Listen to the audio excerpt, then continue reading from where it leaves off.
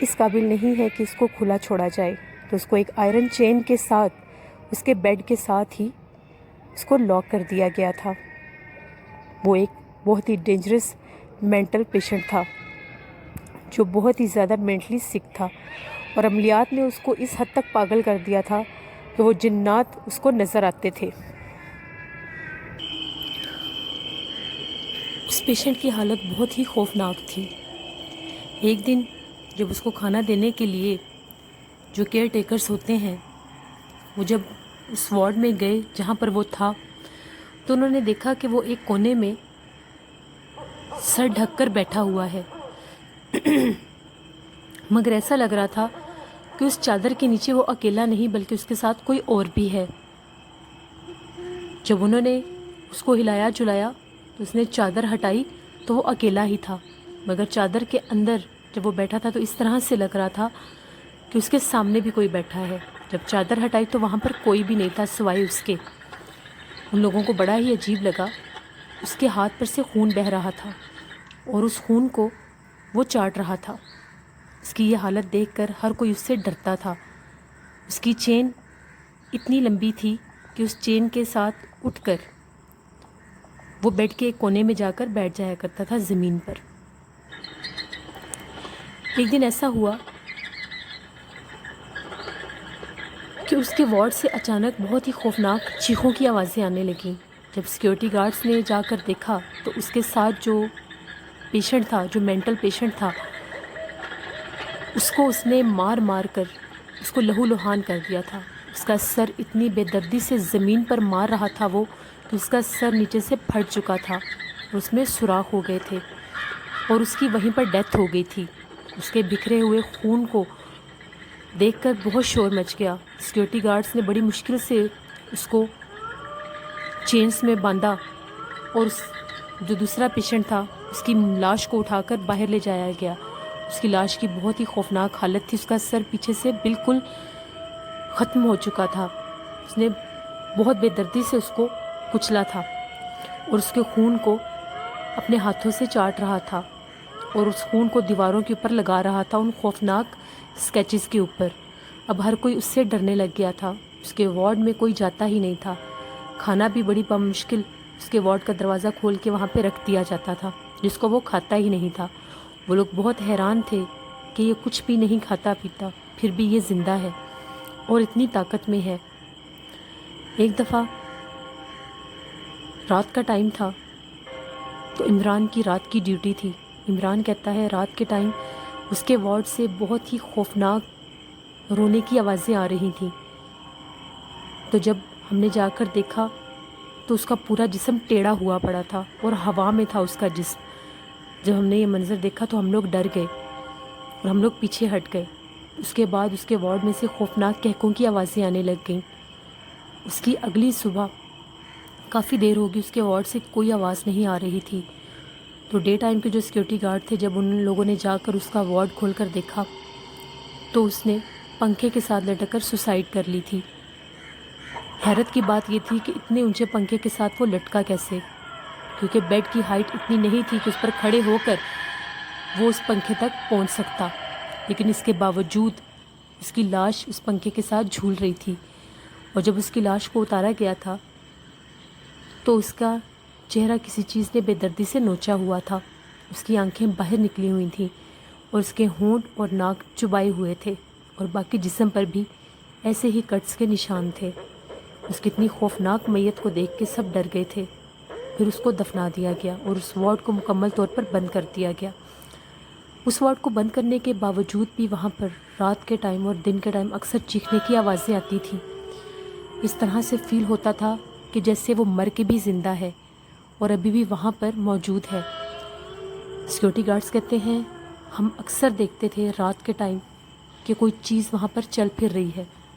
جب ہم لوگ غور کر کے دیکھتے تھے تو ایک پرچھائی سی گزرتی تھی بلیک کلر کی، اور اس کا حلیہ بالکل ویسا ہی ہوتا تھا جیسا وہ مینٹل پیشنٹ تھا۔ ان خوفناک عملیات کی وجہ سے اس پر جو جنات کا بسیرا تھا، انہی جنات نے اس کو مارا بھی تھا۔ اس کے ہاتھوں سے ہی اس کا مرڈر ہوا تھا، اس نے سوسائڈ کی تھی۔ اور وہی جنات مرنے کے بعد بھی اس کو نہیں چھوڑتے تھے اور وہ بھٹکتی ہوئی روح بن کے ان وارڈز میں پھرنے لگ گیا. جب وہاں سے جوک تر جوک روز خوفناک آوازیں آتی تھی صبح شام رونے کی، تو اس کے ساتھ والے جو وارڈز تھے ان کو بھی خالی کر دیا گیا. مینٹل اسائلم کا وہ حصہ بالکل ویران ہو چکا تھا. سیکیورٹی گارڈز کہتے ہیں رات تو رات دن میں بھی وہاں پر واضح ہلچل ہوتی تھی. وارڈز کے دروازے کھلتے اور بند ہوتے تھے.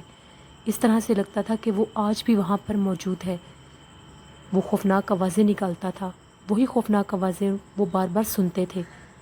ایسا لگتا تھا وہ اندر سے دروازے کھولنے کی کوشش کرتا ہے. اس کے خوف کی وجہ سے مینٹل اسائلم کا وہ حصہ بالکل ویران ہو گیا. وہاں پر جھاڑیوں اور درختوں کے سوا کچھ بھی نہ رہا اور وہ جو مینٹل اسائلم کا وہ حصہ تھا وہ کھنڈرات بن گیا.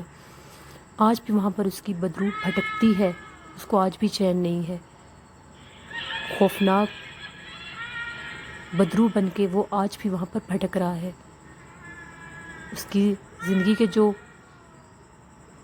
دن تکلیف میں گزرے تھے، موت کے بعد بھی اس کے لیے وہی تکلیف تھی. وہ غلط عملیات اس کی زندگی تو برباد کر گئے تھے، لیکن موت کے بعد بھی اس کو سکون نہیں تھا. آصف بتاتا ہے جو سیکیورٹی گارڈ عمران کا دوست تھا کہ میں نے ایک دفعہ دیکھا کہ وہاں پر ایک آدمی چل پھر رہا ہے، تو میں بہت حیران ہوا کہ یہ وارڈ تو بالکل ہی بند ہے، یہاں پر تو کوئی آتا جاتا ہی نہیں ہے، پھر یہ آدمی کون ہے؟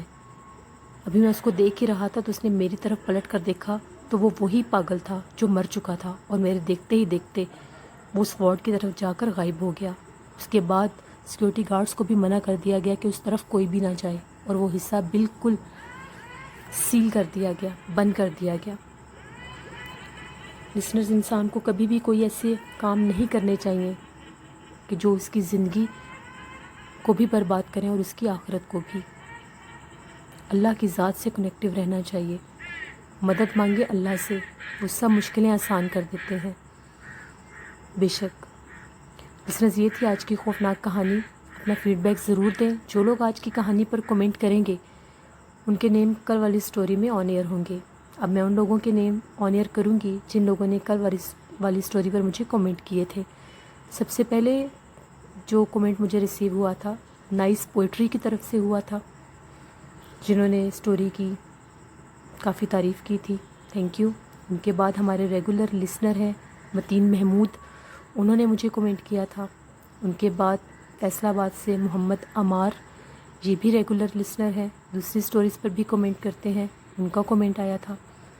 اس کے بعد کشمیر سے ساحل ہیں، یہ بھی ریگولر لسنر ہیں، انہوں نے بھی کومنٹ کیا تھا.